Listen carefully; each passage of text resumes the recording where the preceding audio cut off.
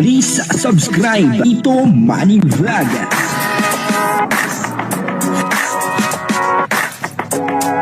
Payagan po si Tito Manny Vlog na mag-reactor para pambiling gamot sa kanya pong karamdaman.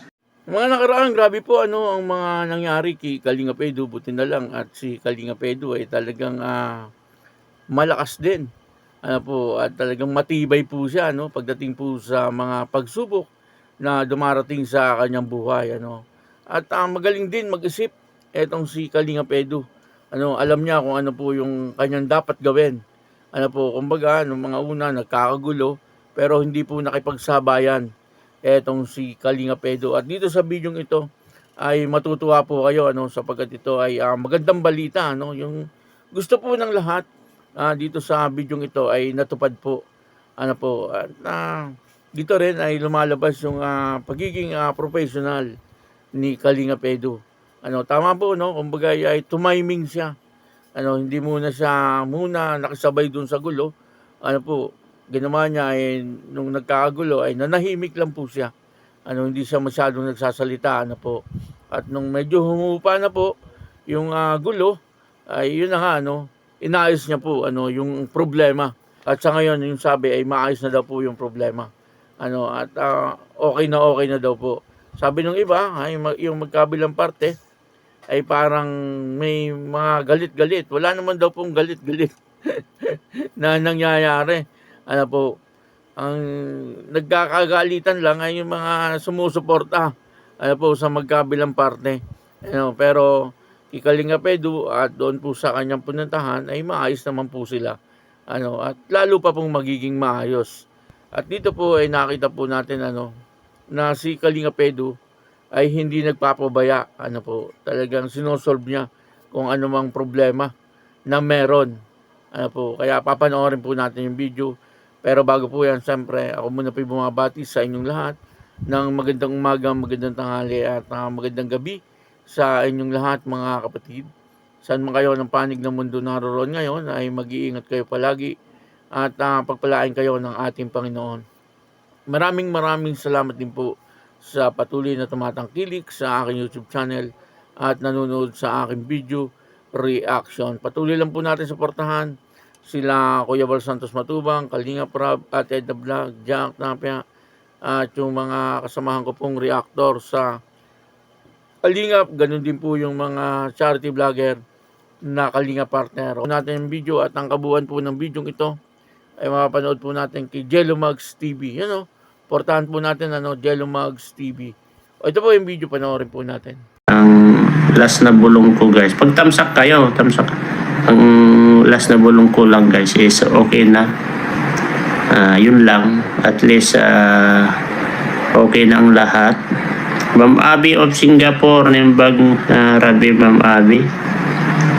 At yun lang yung masasabi ko lang, at maging magmahalan na po tayo kasi pumunta na po kami kay Edo doon kina paring Biran at nag-usap-usap na po kami lahat. Okay na po, mahalin niyo po si Beyonce, mahalin niyo po si Edo. Yun na po, tapos na po. Okay? Kahit hindi man bumalik ang EDSI guys, basta importante okay na pong lahat, Kaya mahalin nyo si Beyonce, mahalin nyo pa rin si Edo. Ganun po, At least naliwanagan na, nag-usap-usap na kami. Yun lang po, hanggang doon lang po. Hindi ko na pwedeng ikwento kung ano pa pinag-usapan namin. Basta nag-usap-usap na po kami at okay na po. Nagkaliwanagan na po, Tamahinto na po lahat.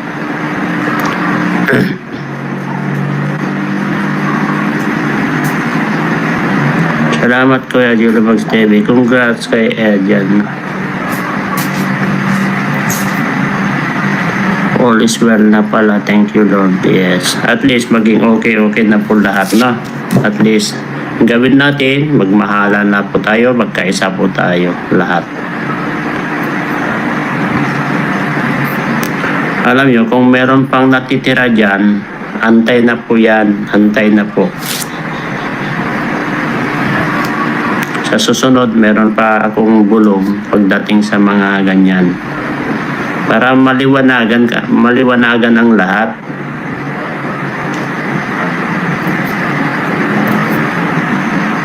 Kaya tumigil-tigil na yung naninira kay Edu, guys. Tumigil-tigil ka na kung sino ka man.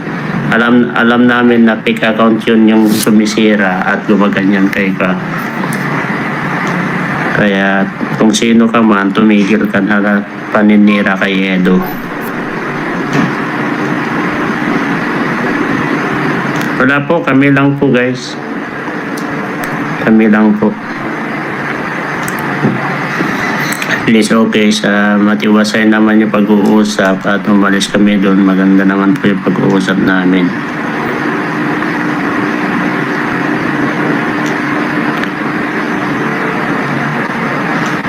At least wala nang galit both side. Yes. Sa totoo lang naman po, wala naman po galit. Ang nagpapagalit lang naman mga nasa paligid, mga supporters. Dahil sa mga supporters, siyempre, ang mga supporters kasi trigger yung mga ibang tao at siyempre trigger din yung mga account. Kaya ganyan po. Intindihin na lang po natin ang lahat-lahat.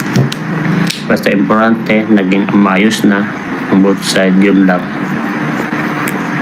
Kaya kapag meron pang natitira ng mga baser, guys, antay na po yan. 100% na antay na po yan. Wala na po sa community ng Kalingap. Bakit? Kasi